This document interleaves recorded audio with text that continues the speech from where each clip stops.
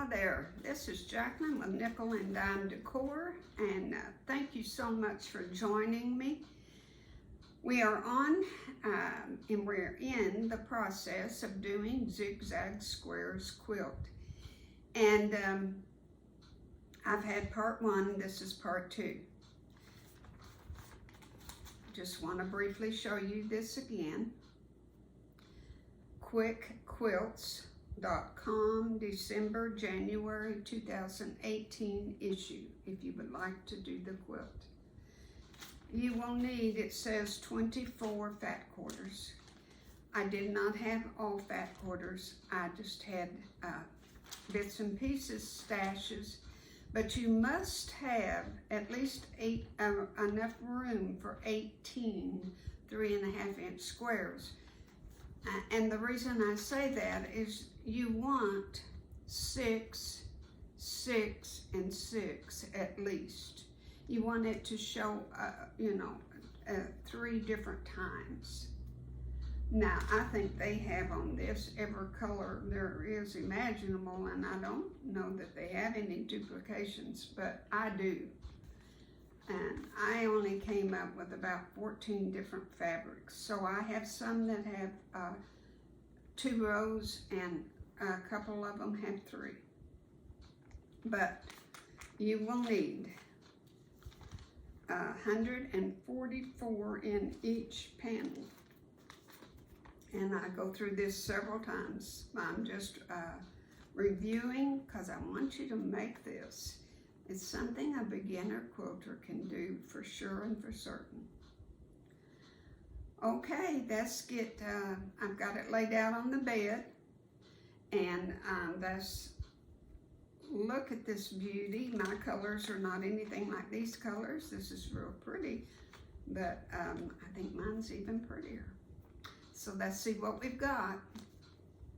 Thank you for watching this episode of Nickel and Dime Decor.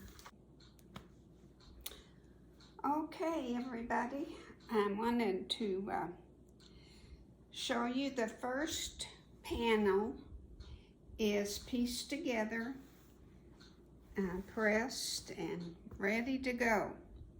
Want to go over just a few things for you before we look at the next panel. When you are adding, well, first of all, let me tell you, I took 2 rows first. I sewed all of my rows together, these 6. I sewed these, each row, okay? I did each row. Then to combine them, I did 2 rows. Then I did 2 more rows. 2 more rows and 2 more, and so on down the line. Putting 2 rows together.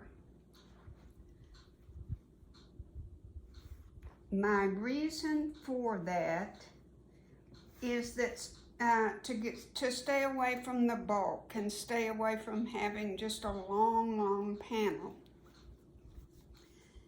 It's harder to get these pieces really straight when you're trying to keep your fabric up on the table and the weight of it pulling it down. And it's easier to get these points connected if you'll just do 2 at a time. Take your pins and pin at the end and pin at the end. Then I pressed them open, the seams, because I felt like it was easier to match and pin them together. Pin them right here on the seams. Then go back and pin in the middle. You got a lot of pins, but it will make for precision. It will make it Now, I'm not perfect on all of them. There are a few that do not meet like they should. And if it was bad, I took it apart and redid it. I'm not a, well, I guess I am part of a perfectionist, but I do want it to look right. If it was just a minor thing, see if I can find one.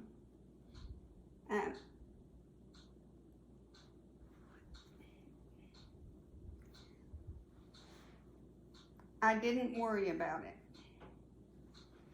Right here, they don't meet just exact. It's just a hair's breadth, a fraction.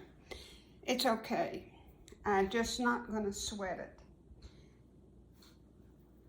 Then after I did all two rows at a time, sewing them together horizontally, I went down the line doing that. Then I would combine my 2 rows to 2 rows to make 4. And I went on down and did that until I had 3 pretty good sized pieces left. I mean, that's what I ended up with. Then I combined the 3 pieces. So much easier to handle, to work with. Made it really nice. Now, if you will note on the other side, it's pretty far away, but I'm going to go over here. If you will note, the middle panel is the total opposite of this one. Whereas when you lay your 6 pieces out at the top, you're going to add your new piece, and you have to watch the first video to understand what I'm saying because I go through it. You're going to add your new piece on the right hand side, whereas on that one we added our new pieces on the left hand side, and our diagonals went from left to right. Middle piece, they go from right to left. It is your last piece before you will have the 6. Because see, this is 5, 4, 3, 2, 1. And then you will have 6 all the way down till you get to the end. Now on a Bargello or Bargello, however you say it, your panels meet. I don't think this is going to meet once I get it sewn. I think it goes up a row to this row. But on a Bargello, this yellow would go into that yellow, and they'd go diagonal on purpose. With this zigzag quilt, you don't have to worry about that. You don't have to do that. You have a random placing of your block, or your 3.5-inch squares. Now, if you can kind of see, you want a balance. You want 3 rows, 4 rows of your darkest color, 2 rows at least of your lightest colors. You just want a good balance. I've got my red scattered so that it's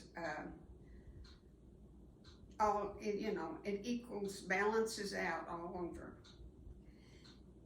Having 24 different colors, you would never have to worry about balancing it out. But I only had about 13 or 14 colors, and I used some of them twice. Some of them I have 3 rows. So, depends on how many you've got. And in my last video, I told you there's 144 of these 3.5-inch squares to each panel. And at the time, I couldn't remember in my head, excuse me for walking across, but there are a total of 432 3.5-inch squares. Now, when you get to your third one, my third one is partially down on the floor, so you can't see it, but it will be just like the first one. It will go from left to right.